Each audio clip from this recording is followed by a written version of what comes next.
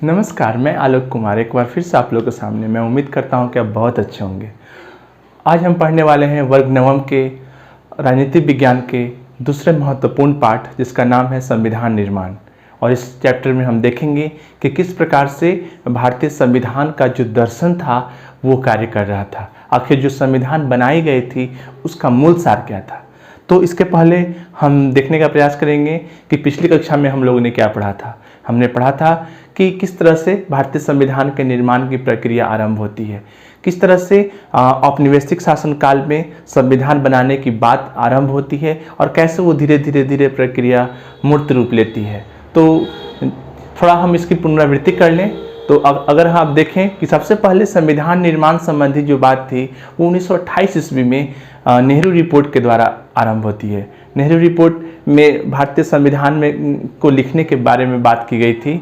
इसके अगर हम आगे देखें तो जो कराची का अधिवेशन हुआ था उस अधिवेशन में भी कांग्रेस पार्टी जो थी वो एक ऐसे संविधान की परिकल्पना करती है जिससे कि देश के प्रत्येक व्यक्ति को उसके एक समान अधिकार प्राप्त हों। तो ये प्रक्रिया धीरे धीरे चलती जाती है और अंततः जब द्वितीय विश्व युद्ध का आरंभ होता है उसी समय 1946 ईस्वी में एक मिशन आता है, इसका नाम था कैबिनेट मिशन। कैबिनेट मिशन के द्वारा यह प्रस्ताव रखा गया कि अगर आप अपने देश की स्वतंत्रता चाहते हैं तो आपको अपना संविधान बनाना होगा। इसी संदर्भ में आगे भारतीय संविधान निर्माण की बात आरंभ होती है। और जैसा कि हम लोग सभी जानते हैं कि भारतीय संविधान की जो संविधान सभा की बैठक की गई जो दिसंबर 1946 में की गई थी और इसी में कई समितियों का गठन हुआ, जिसमें से एक महत्वपूर्ण समिति थी प्रारूप समिति। और इस समिति का कार्य संविधान को लिखना था। और जैसा कि आप जानते हैं कि डॉक्टर भीमराव अम्बेडकर को प्रारूप समिति का अध्यक्ष बनाया गया था और उनके अथक प्रयास से 2 वर्ष 11 माह और 18 दिन के बाद हमारा संविधान लागू हुआ। तो अब हम देखते हैं कि जो हमारा संविधान है उसके मूल सार क्या है। अब हम देर नहीं करते हैं और हम चलते हैं अपने चैप्टर के पहले शीर्षक पे, संविधान का मूल सार। तो सार का अर्थ क्या होता है? सार का अर्थ सारांश। यहाँ पे मैं बता दूं आपको कि भारतीय संविधान जो बनाया गया है उसमें आरंभ में एक प्रस्तावना रखी गई है। प्रस्तावना किसी भी संविधान का मूल सार होता है और यहाँ पर जितने सारी धाराएं हैं, अनुच्छेद हैं, इन सबों को इंगित करने के लिए प्रस्तावना का प्रयोग किया गया है। मैं बता दूं कि प्रस्तावना का जो कॉन्सेप्ट है वो सबसे पहले अमेरिका के संविधान में आया था। इसके बाद दक्षिण अफ्रीका और जो अन्य देश थे वो उन्होंने इसका अनुपालन किया। तो उसी संदर्भ में हम देखते हैं कि आखिर भारतीय संविधान का मूल दर्शन क्या है। तो जैसा कि हम सभी जानते हैं कि भारतीय संविधान की जो प्रस्तावना है वो इसका मूल दर्शन है। तो हम इसके प्रस्तावना पे थोड़ा प्रकाश डालते हैं और हम इसके बाद इसमें जो प्रयुक्त किए गए शब्द हैं उन शब्दों का विश्लेषण करेंगे और हम देखेंगे कि जो संविधान का जो दर्शन है क्या वो इसके साथ न्याय कर पाता है। देखते हैं अपने संविधान की प्रस्तावना को। तो जैसा कि हम जानते हैं कि हम भारत के लोग भारत को एक संपूर्ण प्रभुत्व संपन्न समाजवादी पंथ निरपेक्ष लोकतंत्रात्मक गणराज्य बनाने के लिए तथा उसके समस्त नागरिकों को सामाजिक, आर्थिक और राजनैतिक न्याय, विचार, अभिव्यक्ति, विश्वास, धर्म और उपासना की स्वतंत्रता, प्रतिष्ठा और अवसर की समता प्राप्त कराने के लिए तथा उन सब में व्यक्ति की गरिमा और राष्ट्र की एकता और अखंडता सुनिश्चित करने वाली बंधुता बढ़ाने के लिए दृढ़ संकल्प होकर अपनी संविधान सभा में आज तारीख 26 नवंबर 1949 ईस्वी को एतद द्वारा इस संविधान को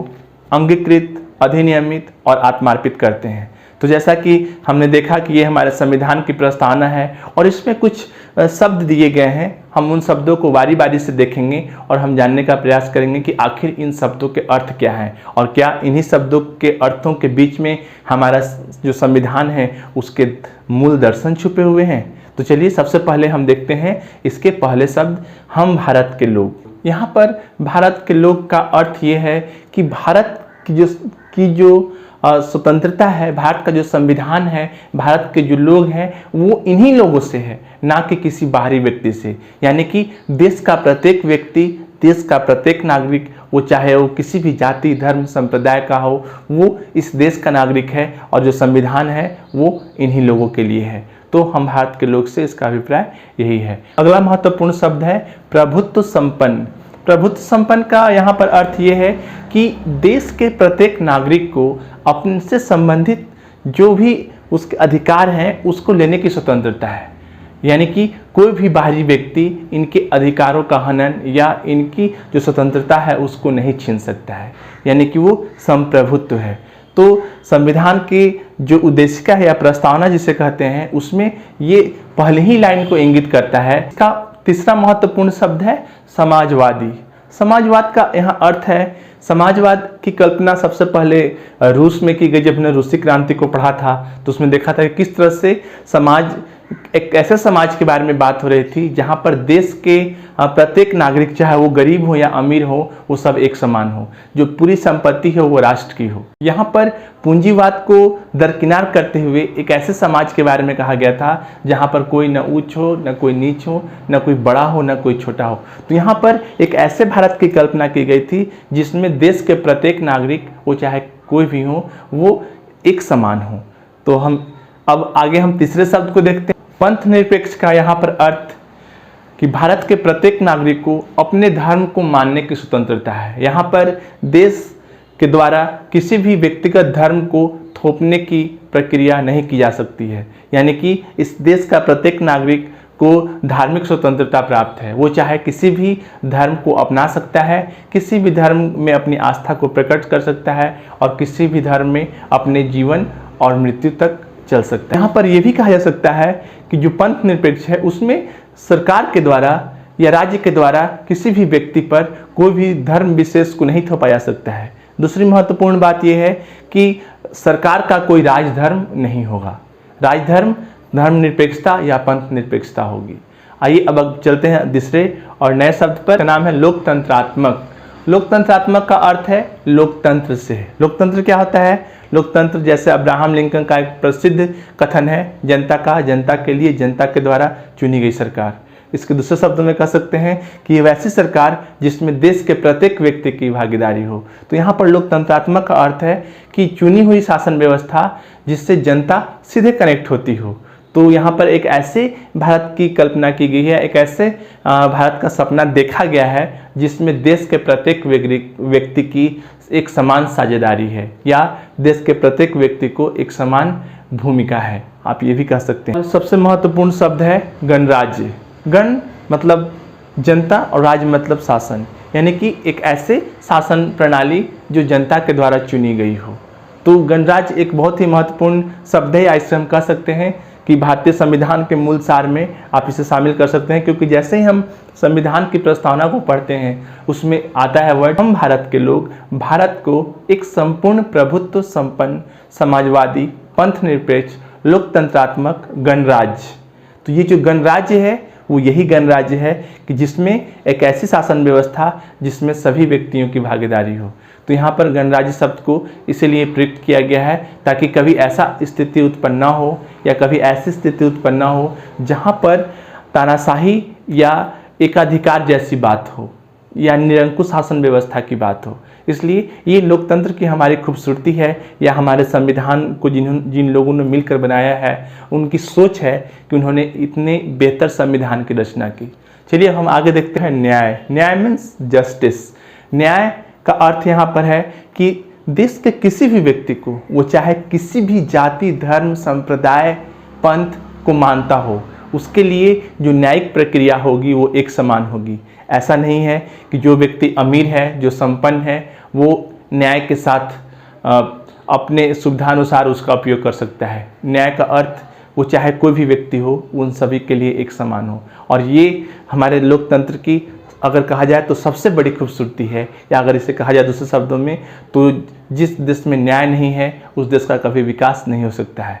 तो हम देखते हैं कि न्याय जो है यहाँ सभी व्यक्तियों के लिए एक समान है। शब्द है स्वतंत्रता। स्वतंत्रता अपने विचारों की, स्वतंत्रता अपने कार्य करने की, स्वतंत्रता देश में कहीं भी आने जाने की, स्वतंत्रता अपने कार्य को चुनने की, स्वतंत्रता अपने धर्म को चुनने की, स्वतंत्रता अपने देश के लिए प्रेम करने की, स्वतंत्रता अपनी अभिव्यक्ति की। तो इस प्रकार हम कह सकते हैं कि भारतीय लोकतंत्र में जो स्वतंत्रता शब्द है वो बहुत ही महत्वपूर्ण है, और इसे संविधान के अगर मूल सार या दर्शन के रूप में देखा जाए तो कोई अतिशयोक्ति नहीं होगी। शब्द है समता। यहाँ समता का अर्थ है कानूनी रूप से हर एक व्यक्ति के अंदर समानता, यानी कि कानून के समक्ष वो व्यक्ति वो एक समान है, वो चाहे किसी भी धर्म का हो, जाति का हो, संप्रदाय का हो, यह कोई उससे फर्क नहीं पड़ता है। तो हम देख सकते हैं कि जो कानूनी रूप से जो एक समानता लोगों को दी गई है, जिससे वो देश में अपने आप को या एक स्वतंत्र नागरिक के रूप में अपने गरिमामय जीवन को व्यतीत कर सकता है। तो अब हम देखते हैं अगले शब्द को है बंधुता। बंधुता का मतलब क्या होता है? भाईचारा। जैसा कि हमने फ्रांसीसी क्रांति में भी देखा था कि उसका जो मेन मोटो था स्वतंत्रता, समानता और बंधुत्व। यहाँ पर इसी चीज़ को आगे कंटिन्यू करने की कोशिश की गई है कि हमारे देश में स्वतंत्रता के बारे में हम लोग जिक्र किया, समानता के बारे में हमने जिक्र किया, अब हमें देखते हैं बंधुता। तो बंधुता क्या है? भले ही देश में कितनी विविधता हो, भले ही अलग अलग जाति, संप्रदाय, धर्म और पंथ में लोग बटे हुए हों, पर लोगों के बीच एक बंधुता होनी चाहिए, एक इमोशनल अटैचमेंट होना चाहिए, अपने देश के प्रति सम्मान, प्यार, ये सारी चीज़ें झलकनी चाहिए। तो ये चीज़ें जो हैं ये भारतीय संविधान के मूल दर्शन में हम इसे कह सकते हैं। तो इस प्रकार हम देख सकते हैं कि भारतीय संविधान का जो निर्माण किया गया, उसमें जो प्रस्तावना रखा गया, ये पूरे संविधान के सार को प्रदर्शित करता है। और जैसा कि हम सभी जानते हैं कि 26 नवंबर को जब संविधान दिवस मनाया जाता है तो उस समय इस प्रस्तावना को अवश्य रूप से पढ़ा जाता है। ऐसे हमारे विद्यालयों में, जो झारखंड के विद्यालय हैं, वहाँ पर सुबह प्रस्तावना का जरूर पाठ किया जाता है। तो हमें गर्व है कि हमारे जो संविधान निर्माताओं का जो मंडल था, जो सदस्य थे, उन्होंने एक ऐसे संविधान की कल्पना की, ऐसे संविधान की रचना की जिसमें देश के प्रत्येक व्यक्ति को गौरवान्वित होने का मौका प्रदान करता है। हम आगे देखते हैं जो भारतीय संविधान है उसके संस्थाओं का स्वरूप कैसा होगा। हमने तो संविधान की रचना कर ली, हमने संविधान के दर्शन को देखा, लेकिन ये इसका स्वरूप कैसे होगा, ये कैसे काम करेगा, इसके बारे में हम देखते हैं। वो लोकतांत्रिक था। लोकतांत्रिक स्वरूप का मतलब है कि जो हमारा देश है वो उसका जो संचालन है वो लोकतांत्रिक तरीके से हो, यानी कि चुनाव के माध्यम से हो, और इसमें जो भी महत्वपूर्ण पद हैं उन पदों पर वैसे लोगों को चुने जाएं जो उसके लिए सुयोग्य हों। वो संविधान में संशोधन कहा था। संशोधन का अर्थ यहाँ पर होता है कि अगर आवश्यकता पड़े तो जो बनाए गए संविधान के नियम हैं उनमें बदलाव किए जा सकें। और बदलाव के लिए क्या किया जाता है? अगर संविधान में कोई नया नियम लाना होता है तो उसमें संसद के 1/3 जो बहुमत है उसे प्राप्त करना होता है, और उसके बाद उस नियम पर चर्चा होती है, उस पर बहस होती है, और अंत में जो परिणाम आता है उस परिणाम के आधार पर संविधान में संशोधन किए जाते हैं। तो इस प्रकार भारत में कई प्रकार के संशोधन स्वतंत्रता प्राप्ति के बाद किए गए हैं। तो यह एक जो स्वरूप है वो काफ़ी महत्वपूर्ण और सराहनीय है। हम इसके अब अगले स्वरूप को देखते हैं, चुनाव प्रणाली। चुनाव प्रणाली का मतलब है कि भारत में जो प्रशासनिक तंत्र है वो चुनाव के जरिए हो। जैसा कि हम सभी जानते हैं कि सरकार के 3 अंग होते हैं, न्यायपालिका, कार्यपालिका और विधायिका।